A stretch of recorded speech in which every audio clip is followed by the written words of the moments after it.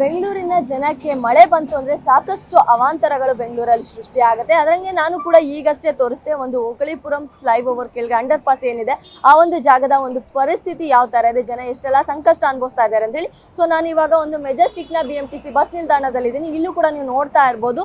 ಅಂದ್ರೆ ಈಗಷ್ಟೇ ಈ ಒಂದು ಟಾರ್ ಹಾಕಿದ್ರು, ಈ ಒಂದು ರಸ್ತೆಗೆ ಈಗಷ್ಟೇ ಟಾರ್ ಹಾಕಿದ್ದು, ಆಗ್ಲೇನೆ ಈ ಒಂದು ರಸ್ತೆಯ ಪರಿಸ್ಥಿತಿ ಯಾವ ತರ ಇದೆ. ಸೊ ಸದ್ಯದ ಸ್ಥಿತಿ ನೀವು ನೋಡ್ತಾ ಇರ್ಬೋದು. ರಿಯಾಲಿಟಿ ಚೆಕ್ ಅಲ್ಲಿ ನಾವು ತೋರಿಸ್ತಾ ಇರೋದು ದೃಶ್ಯಗಳಲ್ಲಿ. ಯಾಕಂದ್ರೆ ಮಳೆ ಬಂದಾಗ ಇಲ್ಲಿ ನೀರು ತುಂಬಿಕೊಳ್ಳೋ, ಯಾಕಂದ್ರೆ ಪ್ರತಿನಿತ್ಯ ಸಾವಿರಾರು ಸಂಖ್ಯೆಯಲ್ಲಿ ಇಲ್ಲಿ ಒಂದು ಬಸ್ಗಳು ಸಂಚಾರ ಮಾಡ್ತಾನೆ ಇರುತ್ತೆ.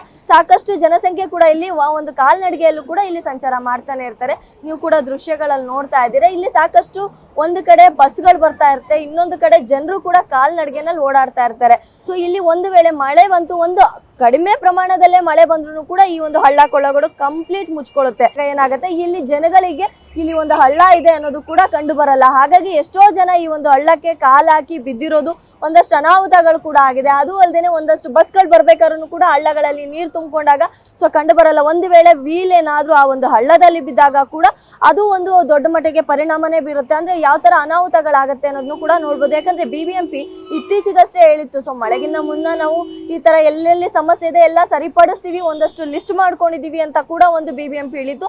ಆದ್ರೆ ಹೇಳಿ ಎಷ್ಟೋ ದಿನಗಳಾದ್ರೂ ಕೂಡ ಒಂದ್ ಕಡೆ ಇಲ್ಲಿ ಯಾವುದೇ ತರನು ಕೂಡ ಬಗೆಹರಿದಿಲ್ಲ. ನಾವು ಕೂಡ ದೃಶ್ಯಗಳಲ್ಲಿ ನೋಡ್ತಾ ಇದೀವಿ.